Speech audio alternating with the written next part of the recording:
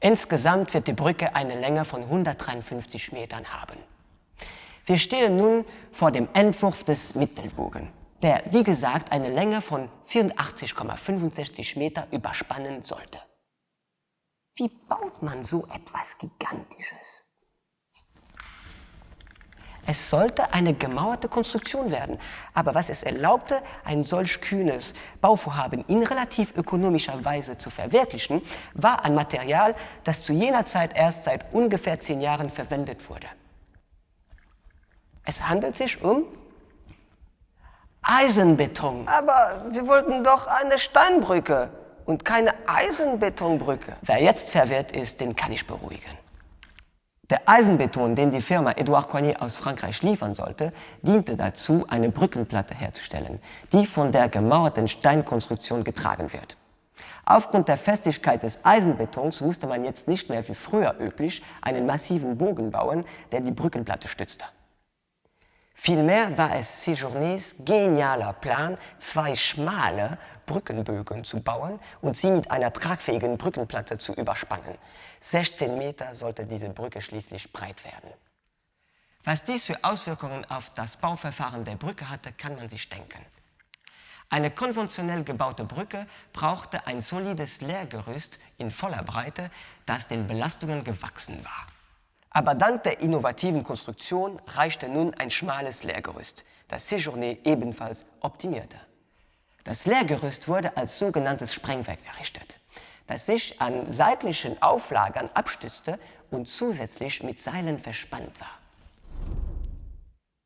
So konnten die anfallenden Kräfte aufgenommen werden, ohne viele Stützen dazwischen stellen zu müssen. Es konnte so auch jede Menge Bauholz eingespart werden.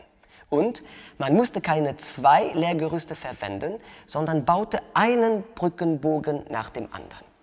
Es wurde vor der Montage auf einem großen Platz, auf dem damals noch leeren Plateau Bourbon, ausgelegt. Nach einem genau ausgeklügelten Plan wurden die Steine für den Bogen gesetzt, das Lehrgerüst dabei immer gleichmäßig belastet.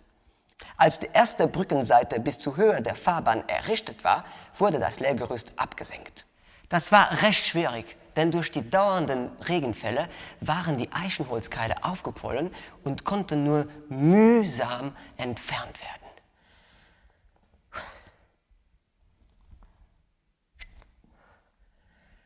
Dennoch gab es eine Setzung der Brücke von lediglich 6 mm. Das ist ausgesprochen wenig, wenn man die über 84 Meter Spannweite bedenkt. Nun wurde das abgesenkte Gerüst 10 Meter weiter verschoben und der Bau des zweiten Bogens konnte beginnen. Allein für die beiden mittleren Bögen wurden 2850 Kubikmeter Stein verbaut. Ein ganz schöner Berg! Der Auftakt für umfangreiche Bauarbeiten in Luxemburg. Das Plateau Bourbon wurde nach Plänen des deutschen Architekten Josef Stübben mit repräsentativen Gebäuden überbaut. Das Petrustal durch Édouard André als Fortsetzung des Stadtparks gestaltet. Mit der Adolphbrücke schuf Séjourné nicht nur die damals größte Steinbogenbrücke der Welt, sondern auch einen Brückentypus, der vor allem für Betonbrücken bald weltweite Verbreitung finden sollte. Nur wenige Jahre später wird die Bauweise bei der Walnut Lane Bridge in Philadelphia verwendet. Auch wenn es sich hier um eine Betonbrücke handelt, besitzt die Walnut Lane Bridge ganz ähnliche Maße wie die Adolphbrücke. Die Welt schaute seinerzeit nach Luxemburg, zumindest was dem Brückenbau anging. Zahlreiche Architekten und Ingenieure kamen nach Luxemburg, um sich die Adolphbrücke anzuschauen oder fragten nach Informationen und Plänen. Séjourné selbst wandte sein Verfahren in Algerien